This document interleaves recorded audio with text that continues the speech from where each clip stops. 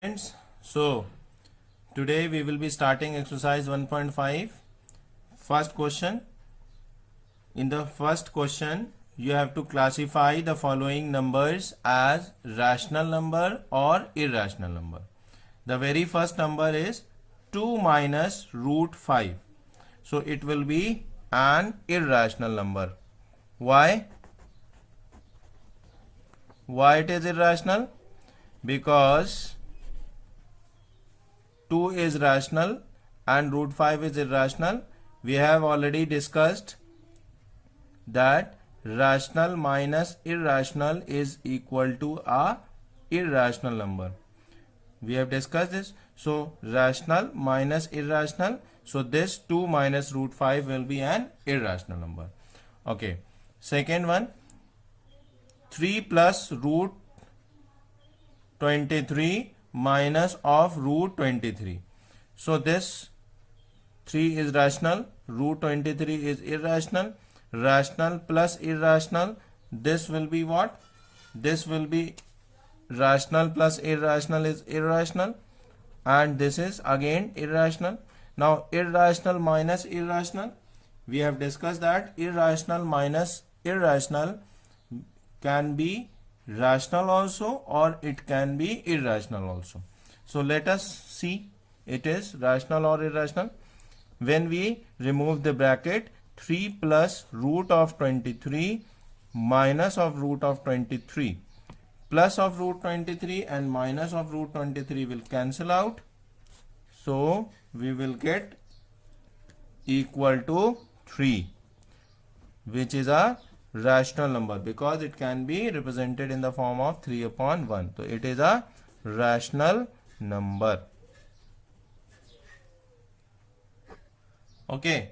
Again, third question, 2 under root 7 upon 7 under root 7. So 2 root 7 rational multiplies by irrational. It is an irrational number. 7 root 7 is also an irrational number similarly. So irrational upon irrational, irrational divided by irrational is rational or irrational. It can be both rational or irrational. So let us see. It is what? So 2 under root of 7 upon 7 under root of 7. Root 7 and root 7 is common in the numerator and denominator. It will cancel out. It will be equal to 2 upon 7. And 2 upon 7 is what? It is a rational number. 2 upon 7 is a rational number. Next part is 1 upon root 2. 1 upon root 2. 1 is rational number. Root 2 is irrational number. Rational upon irrational or rational divided by irrational. It is an irrational number. 2 pi. 2 pi here 2 is rational number. Pi is irrational number. Rational multiplied by irrational number is again an irrational number. So based on the properties which we have already discussed, these numbers can be classified as rational or irrational. Okay, we will move to the next question. Question number 2. Simplify each of the following expression. First part, we have to find out the product of 3 plus root 3 and 2 plus root 2. So what we'll do? We will first multiply this 3 with this 2. So it will be equal to 3 multiplied by 2, that is 6. Then this 3 will be, and since it is a positive number and this 2 is also positive, so plus multiplied by plus will be plus. So it will be plus 6 only. Now this 3 will be multiplied by root 2. Again the sign is plus 3 multiplied by plus root 2. It will be plus only, and 3 multiplied by root 2 will be 3 root 2. Now this root 3 will be multiplied by 2. Plus multiplied by plus will be plus only, and 2 multiplied by root 3 will be 2 root 3. And this plus multiplied by this plus, so it will be plus only, and root 3 multiplied by root 2 will be root 3 into 2, that is root 6. So this will be the answer for the first question. Okay, now the second part, 3 plus root 3 multiplied by 3 minus root 3. So here we know the identity a plus b multiplied by a minus b equals to a square minus b square. So here 3 can be taken as a and root 3 can be taken as b. So root 3 plus root 3 multiplied by 3 minus root 3, a plus b into a minus b, a square minus b square. So it will be equal to what? A square, that is square of 3, minus b square that means square of root 3, and square of 3 will be 9, square of root 3 will be 3 only, and 9 minus 3 is 6. Square of any square root will be the number itself. Square of root 3 will be 3, square of root 2 will be 2, and so on. Okay, next part, root 5 plus root 2 whole square. So here we know the identity a plus b whole square equals a square plus b square plus 2ab. So we will apply this identity over here. So a is taken as root 5 and b is taken as root 2. So square of a, that is square of root 5, plus square of b, that is square of root 2, plus 2 into a into b, that is 2 into root 5 into root 2. Root 5 square will be 5, root 2 square will be 2, plus 2 multiplied by root 5 into root 2 will be root 10. 5 plus 2 is 7, plus 2 root 10 will be the answer. Again, next part, on the same identity, a plus b, a minus b, or a minus b into a plus b equals a square minus b square. Root 5 minus root 2 into root 5 plus root 2. So a is root 5 and b is root 2. So it will be equal to square of root 5 minus square of root 2. Square of root 5 is 5 minus square of root 2 is 2. 5 minus 2 is 3. Okay, question number 3. Recall that pi is equal to ratio of circumference upon diameter. So if it is the ratio, then it contradicts the fact that pi is irrational. So how to resolve this contradiction? This is the question. So we know that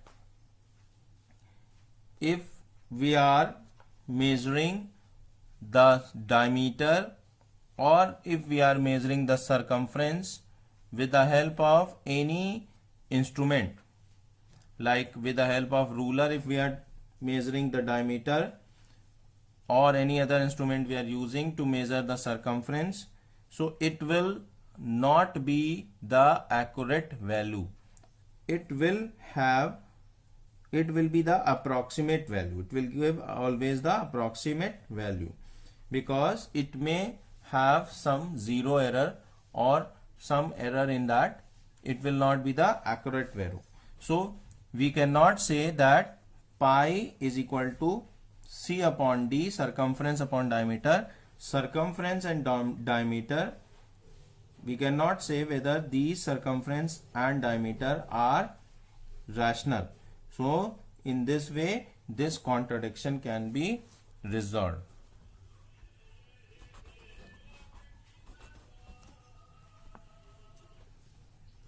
For pi be rational number,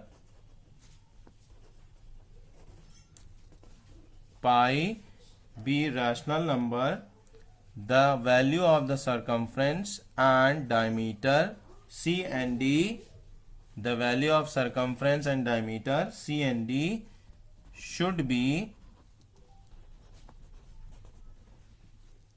integer, it should be integral value, but on measuring with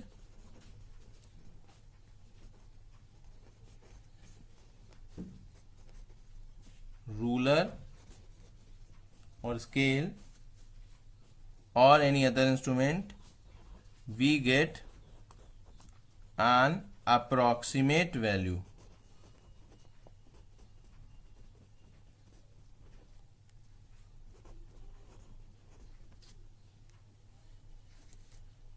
Therefore,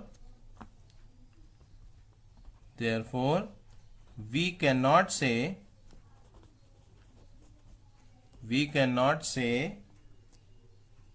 whether C or D, circumference or diameter, are integers or not. Therefore, value of pi is an irrational number. Pi is an irrational number.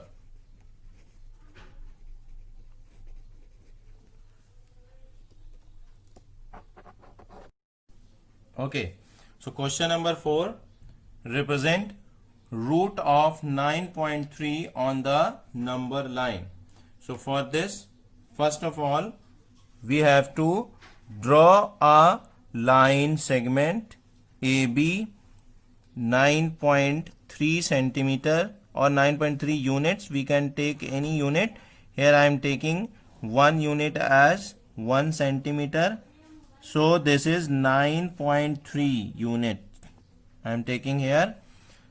This is point B and this is point A. Okay. Now we have to extend this line segment AB from B to C over 1 centimeter. So from B we will again draw 1 unit, that is 1 centimeter we will be drawing. So I have extended to 1 unit and this point I have named as point C. Okay. Now with the help of compass, we will from point C, taking more than half of AC, we will draw the perpendicular bisector of AC. How we'll draw that? From keeping the compass at C, we'll draw the arc on both sides of AC, taking more than half of radius. Similarly, keeping the compass at A, we will draw the arc on the both side, okay, such that they are intersecting at 2 points. On joining these 2 points, when we join these 2 points, we will get the,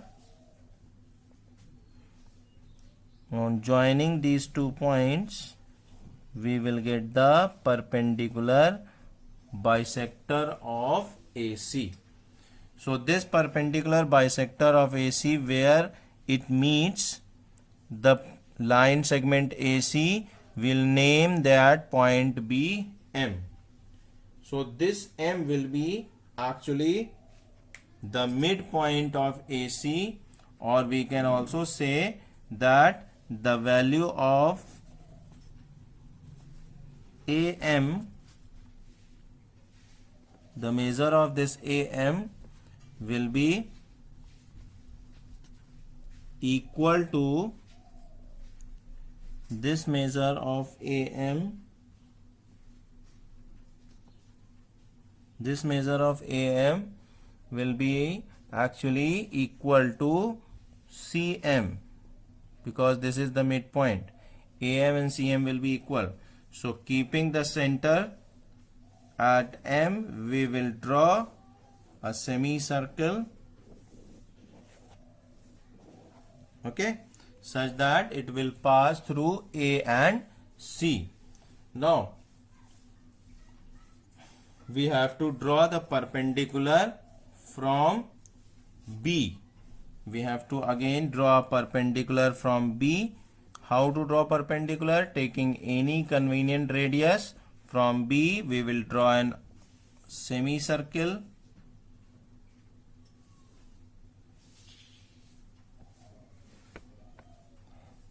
And we will draw 60-degree arc, then 120-degree arc,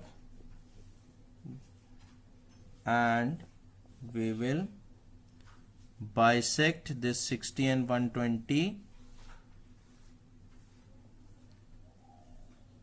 to get the 90-degree. We will join this point. We'll join this point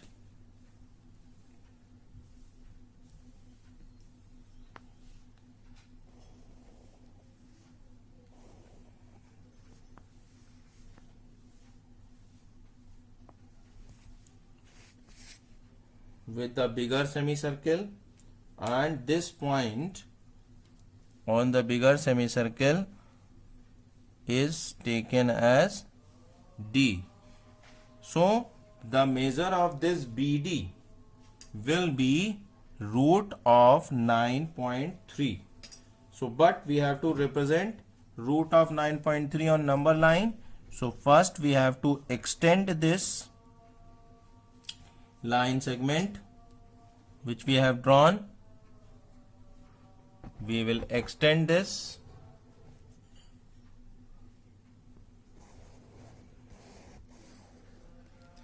Okay,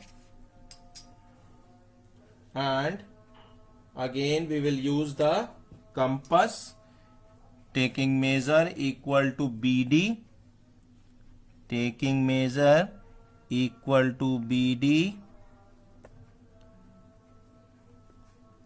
Okay, because BD is root 9.3 units, so we will draw an arc intersecting the line AC extended at point E. This is point E, and this point E will be root of 9.3. Basically, this BD is root of 9.3. So the line BE, this line BE will be equal to root 9.3. Okay. Okay. So although the justification is not in the course, but here I am just giving you for those who want to know how this is justified. This BC is equal to root 9.3. So I have just redrawn it. This MB I have drawn over here, and this BD I have drawn over here. Okay, I have joined this MD. So this CM will be equal to AM will be equal to MD, because all these three are the radius of the bigger semicircle. So radius of semicircle or radius of a circle are equal.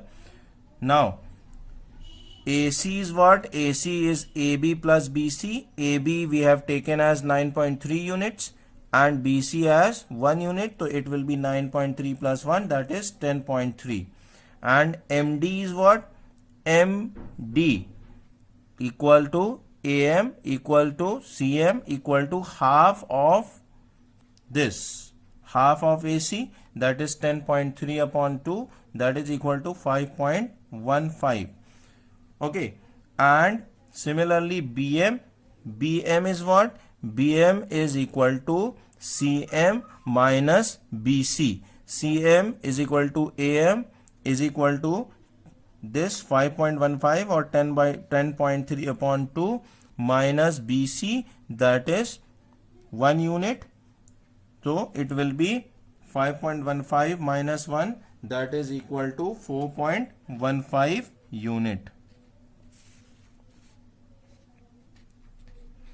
Now in this figure it is clear that BD we have drawn a perpendicular over CM. So this is a right triangle at B, and opposite to 90 degree is MD. That is what? That is equal to 10.3 upon 2. That is value is what? 5.15. And BM is what? 8.3 upon 2. That is 4.15. So by Pythagoras theorem we can say that BD square plus MB square is equal to hypotenuse MD square, or BD square equals to hypotenuse square minus BM square. That is 5.15 square minus 4.15 square.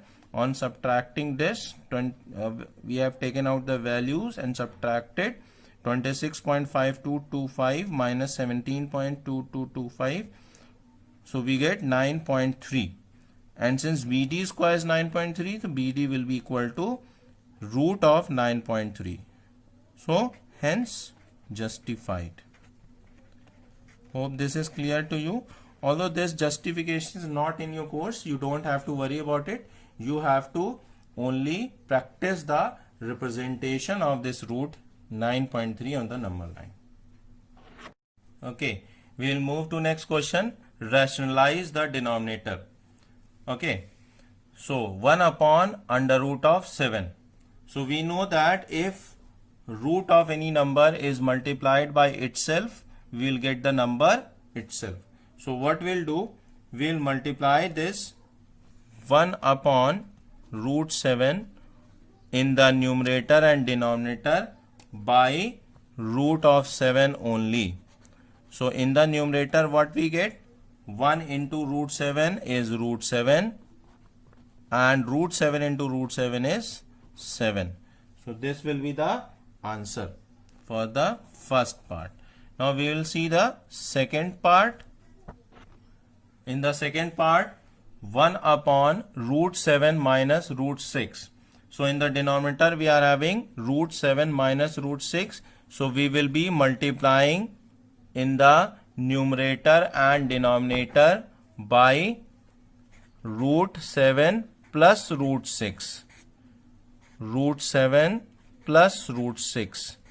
So it will be in the numerator root 7 plus root 6 only, and in the denominator root 7 minus root 6 into root 7 plus root 6, a minus b into a plus b, a square minus b square, square of root 7 minus square of root 6, that is equal to root 7 plus root 6 upon 7. Root 7 square is 7 minus root 6 square is 6, that is root 7 plus root 6.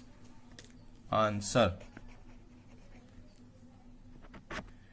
Next part, 1 upon root 5 plus root 2. So here we have to multiply in the numerator and denominator by root 5 minus root 2. Root 5 minus root 2. So we get what? In the numerator 1 into this we get root 5 minus of root 2 only, and in the denominator a plus b into a minus b, square of root 5 minus square of root 2, that is root 5 minus root 2 upon square of root 5 is 5 minus square of root 2 is 2, that is root 5 minus root 2 upon 3. Answer. Okay, the last part here, 1 upon root 7 minus 2. So we will be multiplying the numerator and denominator by root 7 plus 2. So what we get? In the numerator we get root 7 plus 2 upon square of root 7 minus square of 2. So we get in the numerator root 7 plus 2 upon square of root 7 is 7 minus square of 2 is 4. That is root 7 plus 2 upon 7 minus 4 is 3. Answer. So with this we have come to the end of exercise 1.5. Thank you.